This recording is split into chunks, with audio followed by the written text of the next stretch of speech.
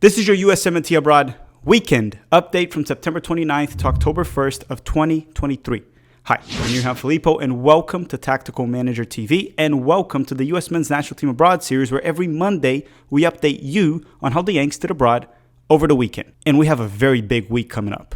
Yes, we do, because today's episode will be lots of fun because the Yanks abroad did very well this weekend with some rare exceptions. So it's a great update on Monday. We also have the Breck Shea interview dropping this week with 2 parts. So stay tuned for that. You're not going to want to miss it. We're going to talk about the pig head incident. We're going to talk about Yanks going abroad and much more. But it's not just that. The US Men's National Team October camp is also expected to be released this week. We are so back. And with that said, don't forget to drop a like before we start this episode. I have nothing else to add, so let's go to the updates.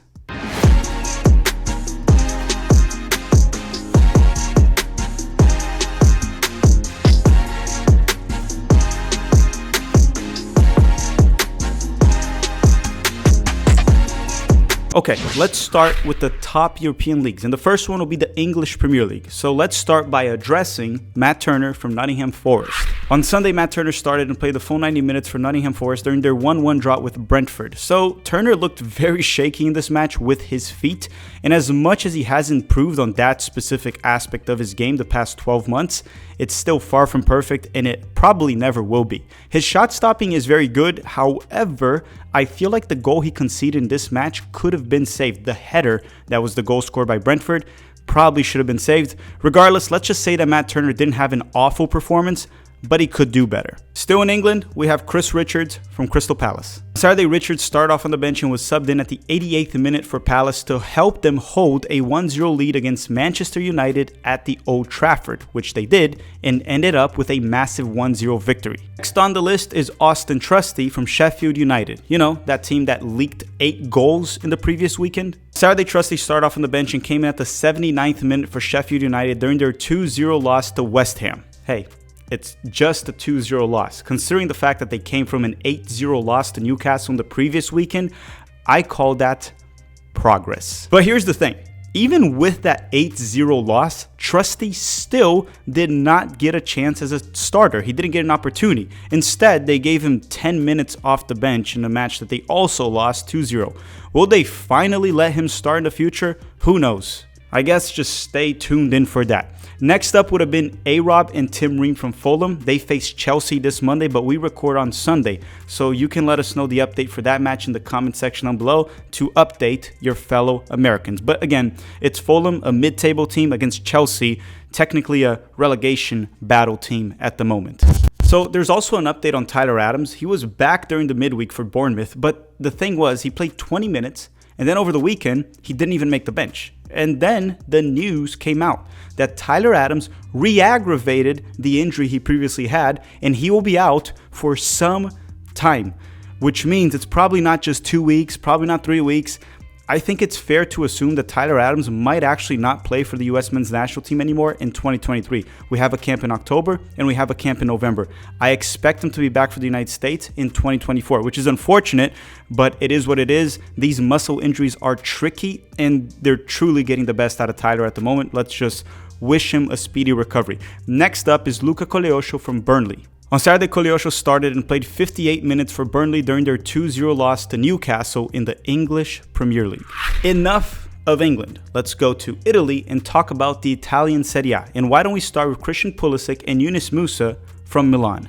On Saturday, Pulisic started and played 82 minutes for Milan during their 2-0 win over Lazio. Now, Yunus Musa did start off the bench, but he was subbed in early around minute 29 when Loftus-Cheek got injured. So we're going to talk about Yunus Musa in a second because he was fantastic. Let's start talking about Christian Pulisic. That was also fantastic. So Pulisic was really good in this match, but mostly in the second half. He had a good first half, but I felt like he was playing a bit too safe at times. As a forward, well, a talented forward that he is, you can't be afraid to make mistakes. You have to take risks and be aggressive. And Pulisic did that mostly in the second half. He looked sharp, aggressive, and dangerous. He scored for Milan at the 60th minute, showing great off-the-ball movement to find space in the box to finish Rafael Leão's cross with his left foot, which is his weak foot, on a one-hit shot. Later in the game, he would actually have a similar play, strike with his left foot once again, but this time the goalkeeper would save it. Pulisic showed us in the second half that when he is aggressive, he is a nightmare for defenders. But when he's passive, he's very easy to defend. I want to also add that it's been a while since Pulisic got this amount of games or this run of games in his career because he was always injured, benched, or played out of position. So the more he continues to play and stay healthy, I expect his confidence to continue to trend up, and he should continue to take on risks and look better and more confident. I think he's just going to look better from this as long as he stays healthy. I'm also happy that this week we're actually praising his soccer skills instead of like the good hustle moments. Now let's talk about Yunus Musah. So Yunus Musah, as I said, he replaced Loftus-Cheek early in the game and played mostly central, even though throughout the match, Pulisic drifted inside quite a bit and Musah would go wide in multiple occasions. So the best way to describe Yunus Musah's performance is by saying he was fantastic on both ends, defensively and going forward, in my opinion. And despite not scoring, I thought he was even better than Christian Pulisic himself.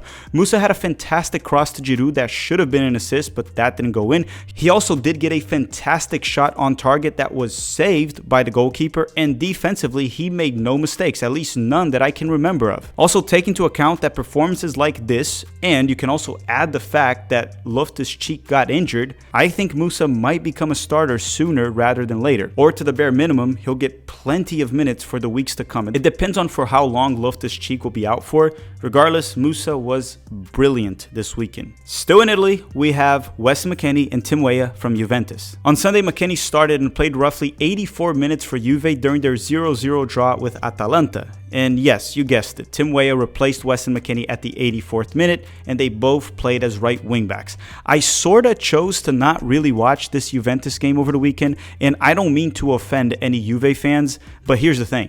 They are extremely boring under Allegri, and from what I've heard, they were boring once again this weekend. So I made a good call. I definitely made a good call. So I can't comment on Weston McKennie or Tim Weah's performance because I didn't really watch it. Okay, let's leave Italy and go to Germany. And why don't we start with the Berhalter derby, which was between Dortmund and Hoffenheim. Gio Reyna versus John Brooks. You know, two guys that love Greg Berhalter. And I'll say one thing. This derby was a major disappointment. On Friday, John Brooks started and played 84 minutes for Hoffenheim during their 3-1 loss to Dortmund. Now, Gio Reyna, he stayed on the bench the full 90 minutes once again for Borussia Dortmund. Is it concerning? Yes. Should we panic? Not yet, I guess.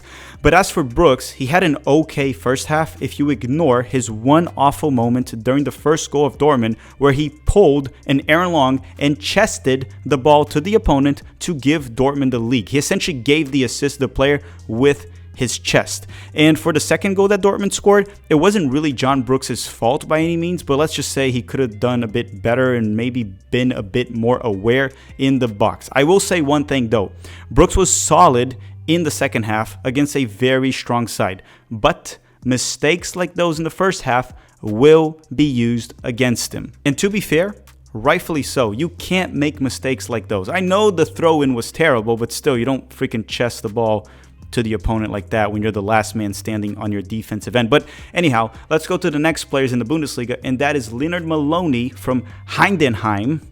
I got that right now. And he played against Union Berlin, so he faced Brendan Aronson. They clashed over the weekend. On Saturday, Leonard Maloney started and went the full 90 minutes for Heidenheim during their 1-0 win over Union Berlin in the Bundesliga. Maloney had a very good game, and once again, he can be an option for the US men's national team as a 6 or as a center back. As for Brendan Aronson, he actually stayed on the bench the full 90 minutes for Union Berlin. Still in Germany, we have a team that I'm very proud of that I learned their name 2 years ago, and that is Borussia Mönchengladbach. And we're going to talk about Joe Scally and Pefok. On Saturday, Pefok started and played 64 minutes for Gladbach during their 3-1 win over Bochum. As for Scally, he started off on the bench and was subbed in around the 72nd minute. Pefok got an assist on one of the 3 goals scored by Gladbach. Next up will be Paxton Aronson and Kevin Paredes from Eintracht Frankfurt and Wolfsburg because they clashed over the weekend. On Saturday, both Paxton and Kevin Paredes start off on the bench for their clubs. Paxton Aronson for Eintracht Frankfurt and Paredes for Wolfsburg. This match ended with a 2-0 Wolfsburg win. Paxton was subbed in around the 82nd minute, while Paredes was subbed in around the 79th minute. One positive thing to mention was Kevin Paredes was able to draw the penalty kick for Wolfsburg late in the game. So it was a bit of a soft call, the penalty kick, but it doesn't really matter. He was able to draw a penalty kick. He had an impact. Time to leave Germany and go to Spain. But here's the thing. Luca de la Torre would be playing this Monday for Celta de Vigo, so we were not going to report on it anyway. However, I'm going to report on it because he's actually suspended. He got a red card during the midweek last week, so he's not available for Celta de Vigo this Monday. So let's leave Spain and go to France and talk about Fullerting Balogun from Monaco. On Saturday, Balogun started despite missing 2 penalty kicks on the previous weekend, and he had a massive comeback performance. He showed us why he's the best center forward in CONCACAF. Because you see, Balogun this weekend, he was scoring against Olympique Marseille and getting assists, right? That's what we're going to talk about in a second. While Santi Jimenez was scoring against a team called Go Ahead Eagles. I'm not even sure that's a real team. I really can't believe there's a team called Go Ahead Eagles. Imagine if Major League Soccer had a team called Go Ahead Eagles. We seriously wouldn't hear the end of it. So as I said, Balogun started and played 83 minutes for Monaco during their 3-2 win over Marseille. Balogun got a goal and an assist, and both of them were nice ones. The goal, he got sent a through ball, and with one touch, he was able to cut the defender out of his way and hit a powerful strike with his right foot. Later in the game, he got an assist while using his chest. You know, he did what John Brooks did, but to help his team, not to hurt his team. I'm going to assume it was intentional, as it did look intentional. This was a massive win for Monaco, crucial as they are currently in the title race early in the season. Okay, we're done with the top leagues in Europe. Actually, this is still a top league in Europe. Let's talk about the Eredivisie boys, the Americans that play in the Netherlands. We'll start the ones that play for PSV, and they are Ricardo Pepi, Malik Tillman, and Serginho Dest. On Saturday, Tillman started and played the full 90 minutes for PSV during their 3-1 win over Volendam, the worst team in the league. So this is not a very strong opponent. Regardless, they got a 3-1 win. Serginho Dest stayed on the bench the full 90 minutes. He was dealing with an illness a few days prior, so he was rested. While Ricardo Pepi, he came off the bench around minute 70. So why don't we talk about the positives of this game, which they all just lead into Malik Tillman. He was very good. So the first thing was his alarm worked. He was probably on caffeine and he did not oversleep this week, which I know it sounds silly, but it's kind of important. That's why he got no minutes on the previous weekend. The second thing was Tillman got an assist, and it was actually a brilliant assist. It was a little chip lob pass to pretty much give Till the goal, put him on a one-on-one with the goalkeeper. And the other positive of this game was that Tillman also scored a goal during added time to close the game. And it was a beautiful goal. It was a very powerful strike as he entered the box. So he quickly bounced back from the I overslept incident with a beautiful goal and a beautiful assist. And PSV currently leads the Eredivisie with 7 matches played. My only thing about Tillman is this. Last season in Scotland, he would beat up every single weak opponent, but when he played Celtic, he would struggle. When he played in the Champions League, he would struggle. This team he faced in the Netherlands is the last place team in the league. It's a weak team. I want to see Tillman perform against good opponents. This ain't one of them. But again, he's really good at beating up weak opponents. I want to see him perform against the tough ones. The next player I was going to talk about in the Netherlands would have been Taylor Booth, but he's still not back with Utrecht. He's still injured. So let's skip on him and go to Jordi Mihailovic from AZ Alkmaar. On Saturday, Mihailovic started off on the bench and was subbed in around the 82nd minute for AZ Alkmaar during their 4-0 win over Fortuna Sittard. He finally got some minutes. It's been a while. Now let's leave the Netherlands and go back to England to talk about the English second division. The first player would have been Josh Sargent from Norwich, but he's still recovering from an injury. So let's skip on Sargent and talk about Haji Wright from Coventry. On Saturday, Haji Wright started off on the bench and was subbed in around the 79th minute for Coventry during their 3-1 win over QPR.